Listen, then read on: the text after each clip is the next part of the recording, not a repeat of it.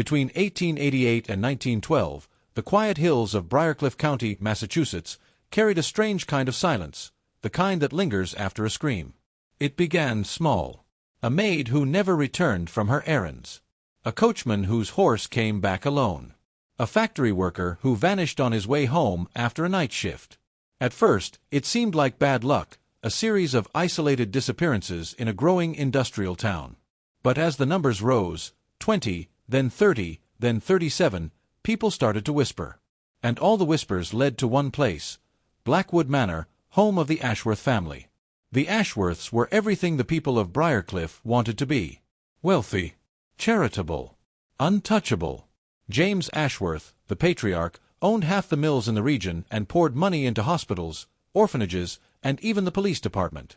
His name was on every plaque, every donation ledger, every speech about civic progress. So when people disappeared, who could suspect the man who was paying for the search parties? Still, the unease spread like fog.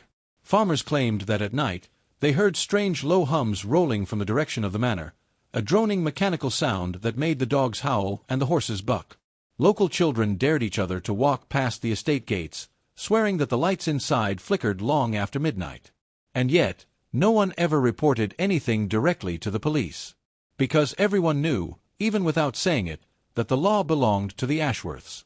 The county's police chief owed his uniform to James's donations. The local judge had his debts quietly forgiven after a generous contribution from the family. Even the newspaper editor attended their lavish summer galas. In Briarcliff, the truth wasn't buried underground. It was buried under gratitude. And so, the missing remained missing. Their names faded from the papers. Their families moved away. The silence swallowed everything, except for the questions that never stopped haunting the people who stayed. Why were so many of the missing servants of the Ashworth estate? Why were all their departures explained so conveniently? A family emergency, a better offer, a sudden illness. And why did no one ever see them leave? Years later, a set of forgotten documents, police reports that had never been filed, letters marked confidential, and testimonies that mysteriously vanished, would reveal a terrible pattern. Every disappearance corresponded to nights when the manor's west wing had been sealed off. The official story at the time was that the wing was being renovated. But those who lived nearby told another tale, that they could see lights flicker behind the boarded windows, and sometimes shadows moving against them. Whatever was happening inside Blackwood Manor, it was no ordinary renovation. It was the beginning of something far darker. The foundation of a legacy, one not built on progress, but on experimentation.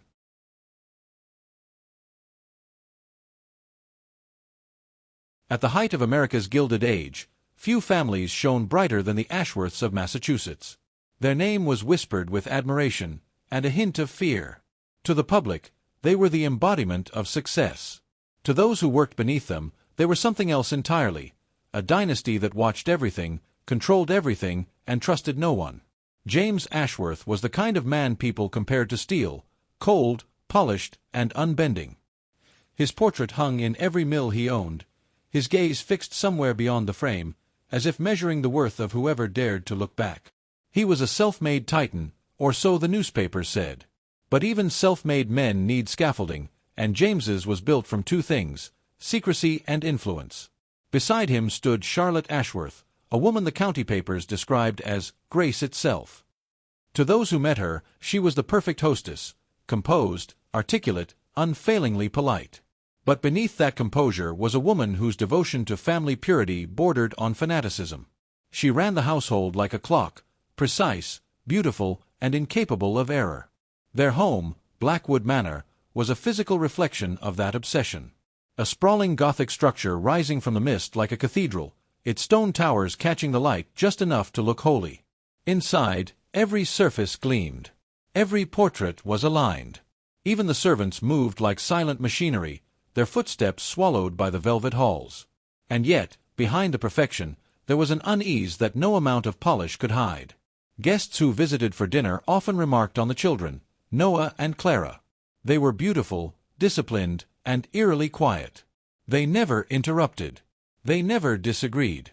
They simply smiled when spoken to, as if waiting for permission to breathe. Still, society adored them. The Ashworths funded hospitals, built libraries, and paid for police reforms. James's name appeared in every speech about progress and civic pride.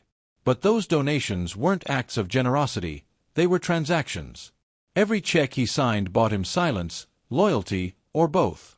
Briarcliff's power structure was a web, and at its center sat the Ashworth family, patient spiders spinning influence so fine it looked like virtue. Even the scandals that brushed against them seemed to dissolve before reaching the papers. A servant found dead in a creek? A tragic accident. A maid dismissed without warning? A misunderstanding. A local inspector's inquiry into factory working conditions? Quietly withdrawn after a generous endowment to his department. To the outside world, James and Charlotte Ashworth were the very definition of progress and moral strength. But inside their home, progress meant something else entirely.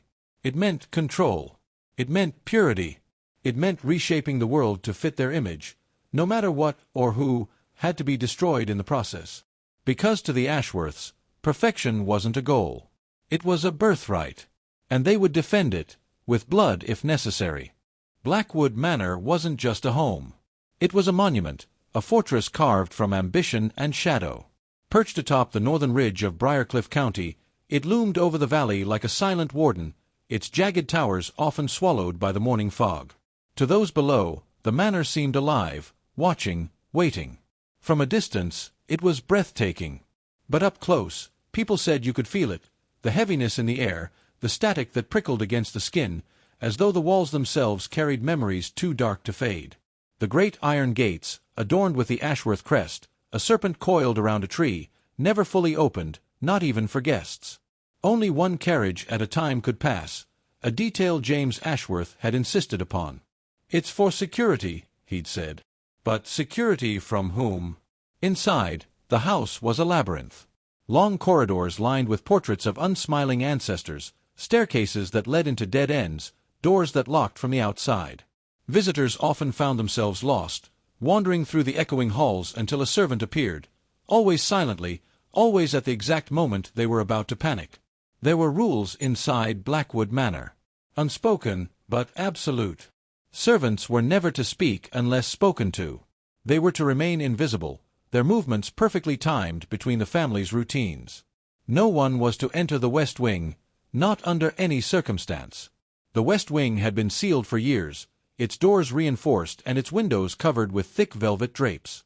Officially, it was under renovation. But no workman ever came or went.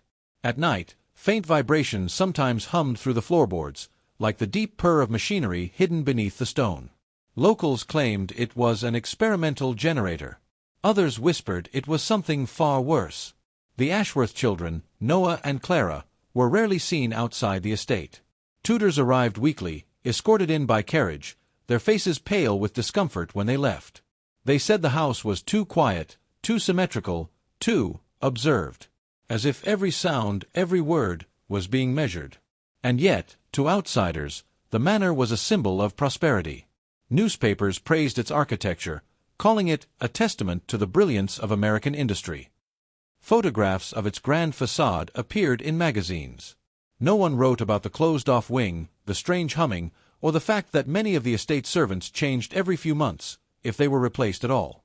At night, the people of Briarcliff would sometimes look up at the hill and see a flicker of light move behind the manor's curtained windows. Some said it was James working late in his study. Others, with hushed voices, swore it was something else, the reflection of instruments, or the glow of experiments that had nothing to do with textiles or machines. Whatever it was, everyone agreed on one thing: no good came from the house on the hill. James Ashworth didn't believe in luck. He believed in design. To him, the world was a grand experiment, one that rewarded only those disciplined enough to eliminate weakness. His obsession began, as most obsessions do, with an idea that sounded noble. Progress. Efficiency. The betterment of mankind. In his speeches, James often spoke of refining society, of strength through purity. To the crowds in Briarcliff, it sounded visionary. To those who knew him privately, it sounded rehearsed. But in the quiet chambers of Blackwood Manor, his ideals evolved into something monstrous. James had become enamored with the new European theories of eugenics, the pseudoscience of improving human genetics through selective breeding. He devoured the works of Galton and Davenport, scribbling notes in the margins about how nature's flaws could be corrected. To him, poverty wasn't misfortune. Illness wasn't tragedy. They were defects, blots on the species that needed erasing. And what better place to test perfection than his own bloodline? Charlotte Ashworth shared his conviction, though hers was clothed in etiquette and prayer. She believed their family was chosen, anointed by God to set a standard for human excellence. Weakness, she once told a dinner guest with a serene smile, is not to be pitied but purified. Behind closed doors, James transformed the West Wing into his private sanctum, part study, part laboratory. The hum the villagers heard at night wasn't imagination. It was the low electric drone of machines he imported under false names. There, he kept ledgers filled with measurements, medical notes, and genealogies. The servants called it the Room of Ledgers, though few ever saw it. The family's philanthropy, the hospitals, the scholarships, the donations, all served his greater plan. Each act of charity was camouflage, a carefully designed distraction that made him untouchable. By funding the local police and courts, James ensured that no one questioned him. Every life in Briarcliff seemed to orbit his wealth, every doctor, every journalist, every lawman. His power wasn't just economic, it was systemic. He called his project the Legacy. To him, the Ashworth line wasn't a family, it was a formula. He began with subtle experiments, adjustments to diet, to discipline, to isolation. He recorded the results of emotional compliance, cognitive alignment, temperamental correction. When servants grew ill or unstable, they simply disappeared. Their names were crossed out in his ledgers, replaced with cold notations like specimen unfit or removed from the pool. To the outside world, the Ashworths were the pinnacle of human achievement, refined, educated, charitable. But behind the manor's stone facade, James Ashworth was playing God, convinced he could edit humanity itself. What he didn't realize was that his perfect design was already beginning to unravel, and the first crack in his creation would come in the form of a woman named Beatrice Fairchild. When Beatrice Fairchild first saw Blackwood Manor, she thought it looked like something out of a painting, grand, dignified, eternal. What she didn't realize was that it was also a mausoleum. She was 22, bright, and from a respectable but struggling family. Her father's debts had nearly ruined them, and when a letter arrived bearing the Ashworth seal, it felt like salvation. James and Charlotte Ashworth had chosen her to be the bride of their son, Noah, an honor that promised wealth, security, and a life free from hardship. It was every mother's dream, every daughter's supposed destiny. But from the moment Beatrice crossed the manor's threshold, something in her chest tightened. The air was colder than it should have been. The servants avoided her eyes. And the silence, it wasn't peaceful. It was watching. Charlotte welcomed her with a smile that never reached her eyes. "You are precisely what this family needs," she said, her tone clipped and appraising, like a jeweler inspecting a stone. Noah, tall and graceful, stood beside his mother, expression unreadable. His politeness was flawless. His warmth was absent. At first, Beatrice blamed her unease on nerves. The Ashworths were, after all, a family of influence and refinement.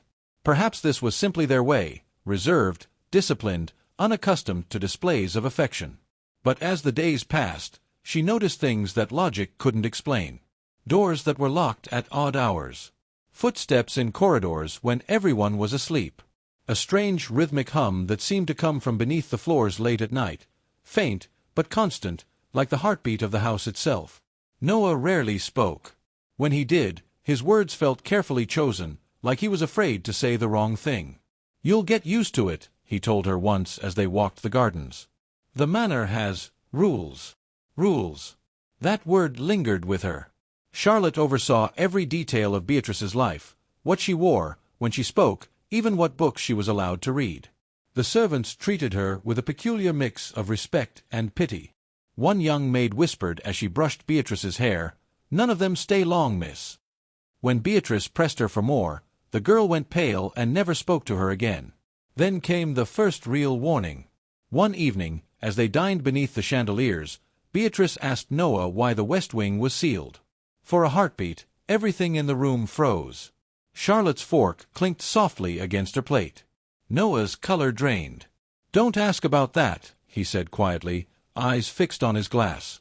"Just don't." That night, as Beatrice lay awake in her vast gilded room, she heard it again, the hum beneath the floorboards, steady and alive. And for the first time, she understood what the villagers meant when they said the manor breathed. It wasn't the wind that moved through Blackwood Manor. It was something far more deliberate. And it was awake. It began with a single loose shelf. Beatrice had been exploring the manor's vast library, a cathedral of leather and dust where the air smelled faintly of old paper and something metallic.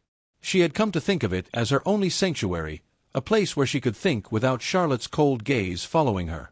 But on that quiet afternoon, when her hand brushed against a warped book spine, the shelf shifted slightly. Behind it, hidden in a hollow compartment, she found something that didn't belong, a small, leather-bound diary. Its cover was cracked, its edges singed, and embossed on the front were the initials L.A., Lydia Ashworth. Beatrice knew the name. Lydia had been James's sister, the relative no one spoke of.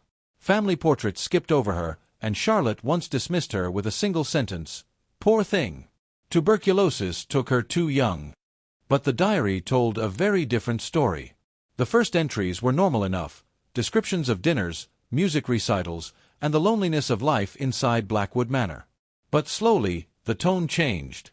Lydia began writing about treatments administered by her brother James. She described them in haunting detail, sessions of light and electricity, injections meant to purify the blood, and days spent confined in a locked room when her behavior was deemed melancholic. One line made Beatrice's hands tremble as she read. "He says my sadness is hereditary, a weakness in the Ashworth blood. He means to correct it." Lydia's words grew frantic with each page, describing something James called the animus harmonizer, a wooden chair fitted with wires, lenses, and brass instruments that hummed like a generator when activated. He believed that through electricity and light, he could recalibrate emotion, erase disobedience, erase despair. Beatrice turned the pages in horror. Lydia had written about other patients in the West Wing, relatives who had supposedly moved away, servants who had fallen ill. Their names were crossed out one by one, each ending with the same word, removed. Then came the final entry. The handwriting was jagged, as if written in panic. "He says he has found the source of corruption in my blood. Tomorrow is the final procedure. He smiles when he says it's for the good of the legacy. This is not a cure. It is an execution." The pages ended there. Beatrice sat in the silent library, heart pounding, the truth pressing down on her like the weight of the house itself. Lydia hadn't died of tuberculosis. She had been erased. For the first time, Beatrice realized she wasn't living in a home. She was living inside a laboratory. Every rule, every ritual, every kind gesture from Charlotte had a purpose. She wasn't a wife. She was an experiment. The next morning, when she met James in the hall, his polite smile made her skin crawl. Because now she understood what lay behind it, the calm certainty of a man who believed he could play God. For days after discovering Lydia's diary, Beatrice lived in silence, smiling when expected, speaking only when spoken to, pretending nothing had changed. But every glance, every footstep, every polite smile from Charlotte now carried a hidden menace. The West Wing had always been forbidden, but now she knew why. It wasn't being renovated. It was being used.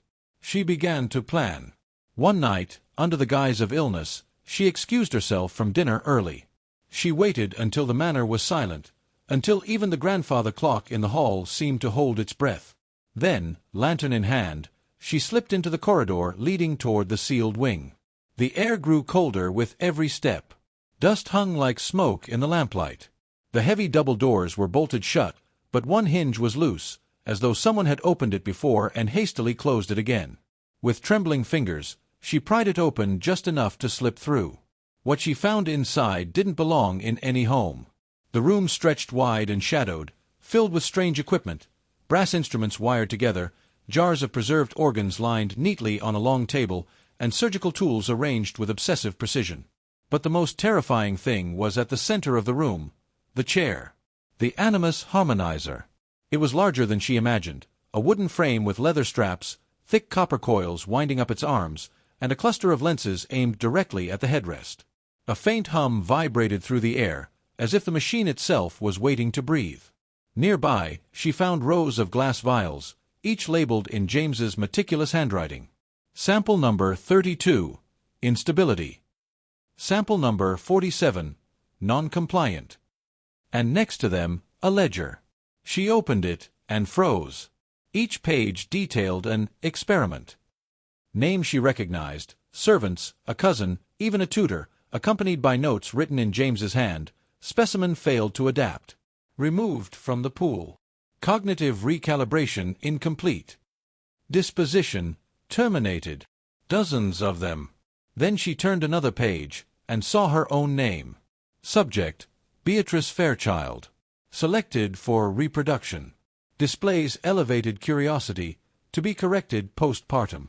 Her knees gave out. She pressed her hand to her mouth to stifle a scream.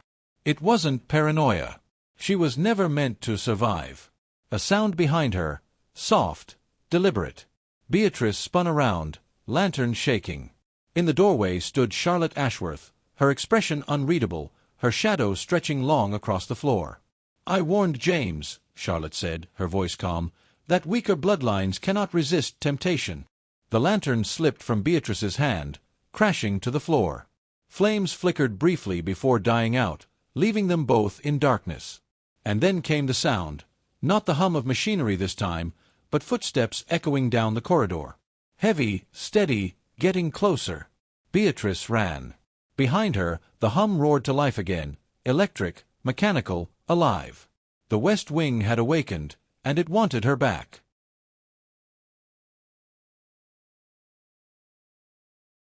Beatrice didn't remember how she got out of the West Wing, only the sound of her heartbeat pounding louder than the storm outside. The corridors twisted endlessly, every hallway looking the same in the flicker of her dying lantern. Somewhere behind her, the hum of the machines swelled, turning into a deafening roar that seemed to follow her like a living thing. She stumbled into the main hall, her gown torn, her breath visible in the cold. The house, usually still and pristine, felt alive now, trembling as if it too knew that something had gone terribly wrong. "Beatrice!" The voice came from behind her. Smooth. Commanding. James Ashworth stepped out from the shadows, immaculate as ever, holding a small pistol like it was an accessory. His eyes were calm, far too calm. "I'm disappointed," he said. "You were meant to elevate this family. Instead, you've contaminated it." Beatrice backed away, shaking her head. "You're insane," she whispered. "You kill people, your own family." James tilted his head slightly, almost amused. "No, my dear. I improve them. You call it cruelty because you cannot see the pattern. Weakness is disease. I cure it." Behind him, Charlotte appeared, her dress pristine, her expression ice-cold. "It's already begun, Beatrice," she said softly. "The process is irreversible. You should have been grateful." Beatrice turned and ran. She sprinted down the marble hallway, slipping on her own tears, every breath a scream in her chest. Somewhere above, Noah's voice echoed, a hoarse cry she couldn't understand. Doors slammed. Servants shouted. The house became a maze of panic. In the chaos, she burst through the back doors into the courtyard, rain slicing through the night. Lightning flashed, and there, near the stables, she saw him, Thomas, the young stable hand who had always treated her with quiet kindness. "Miss Beatrice," he shouted. "This way." They ran, splashing through the mud toward the outer gates. Behind them, a gunshot cracked through the storm, the bullet striking the stone arch inches from her head. "Stop her!" James's voice boomed, distorted by the wind. The gates loomed ahead, iron and massive, chained from the inside. Thomas grabbed a lantern and smashed it against the lock. The fire flared bright, then died. The chain wouldn't give. Beatrice turned, and saw Noah standing in the rain. For a moment, time froze. His face was pale, his eyes hollow, but there was something human left in them, something breaking. He raised his hand, and fired. The chain shattered. "Go!" he shouted.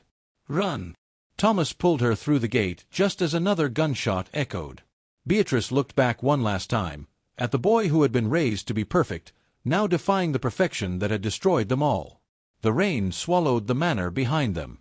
But even as they fled into the dark, Beatrice knew the Ashworths weren't finished. The hum of the machines still carried through the wind. Blackwood Manor was still alive.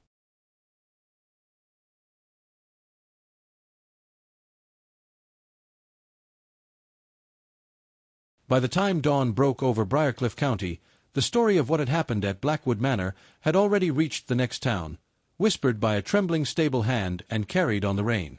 Thomas's frantic account, the experiments, the hidden wing, the machines, was met first with disbelief, then with alarm. When he placed a blood-stained scrap of Beatrice's gown on the marshal's desk, the room fell silent. Within hours, a convoy of state marshals was on its way to the Ashworth estate. The manor loomed through the mist like a black cathedral. Its great iron gates stood twisted from the night before, rain pooling in the grooves like old blood. The Briarcliff County Police Chief was already there, flanked by his officers, loyal men who owed their livelihoods to the Ashworth fortune. He raised a hand to block the marshal's approach. "This is private property," he warned. "The family has suffered enough." But the lead marshal, a hard-eyed man named Colton Reeves, brushed past him. "So have the missing," he said. When the gates opened, a wave of decay rolled out, the stench of damp stone, chemicals, and something worse. The house was silent. Too silent. Inside, furniture lay overturned, the grand chandelier cracked on the floor. There were signs of struggle, a shattered vase, a trail of blood leading toward the west wing. As the marshals advanced, they heard a faint sound beneath their boots, a steady, rhythmic vibration, like machinery still running somewhere deep below. They broke through the sealed doors of the west wing. What they found froze them where they stood. Rows of surgical tables. Jars filled with preserved organs. Piles of medical instruments, each cleaned and catalogued. And on one far wall, a row of names, hand-carved into the plaster. Servants. Relatives. Dozens of them. In the adjoining cellar, they uncovered the truth no one had dared imagine. A mass grave. More than 24 bodies lay buried in shallow earth, bones twisted, skulls marked with strange incisions. Among them, the decomposing remains of a woman in a torn wedding gown. Beatrice Fairchild. One of the marshals vomited into the corner. Another crossed himself. Upstairs, the team moved cautiously through the main house. At the end of a long corridor, they reached James Ashworth's private study. The door was ajar. Inside, the scene was eerily still. Charlotte Ashworth sat in her velvet armchair, a bullet wound through her chest, eyes open as if frozen in disbelief. Behind his desk lay James, his pistol still clutched in his right hand, a gaping wound at his temple. The conclusion seemed obvious, a murder-suicide born of madness and exposure. The Ashworth legacy, ended by its own creators. But as the investigators examined the scene, small details began to unsettle the narrative. The angle of the wound on James's temple, wrong for a right-handed man. The lack of gunpowder on his skin. And outside the open window, a third set of footprints, pressed deep into the wet soil. The law had found the truth, or so they thought. But Blackwood Manor still had one secret left to keep.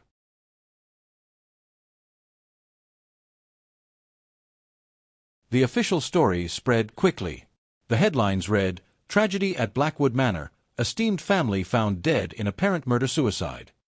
It was neat, convenient, and mercifully simple, the kind of ending people could live with. But the people of Briarcliff knew better. They spoke in hushed tones of the storm that night, of strange lights flashing through the manor's windows, and of a sound that shouldn't have been possible, that low, mechanical hum echoing across the hills long after the fire had gone out. When the marshal's report was made public, there were already inconsistencies. The wounds didn't match the supposed order of death. There were 3 sets of muddy footprints leaving the study, 2 large, 1 small, and no one could say who the third belonged to. Charlotte's hands bore gunpowder, yet she hadn't fired the fatal shot. And James's death was too precise, too deliberate for panic. It left a question that refused to fade. Who else was in that room?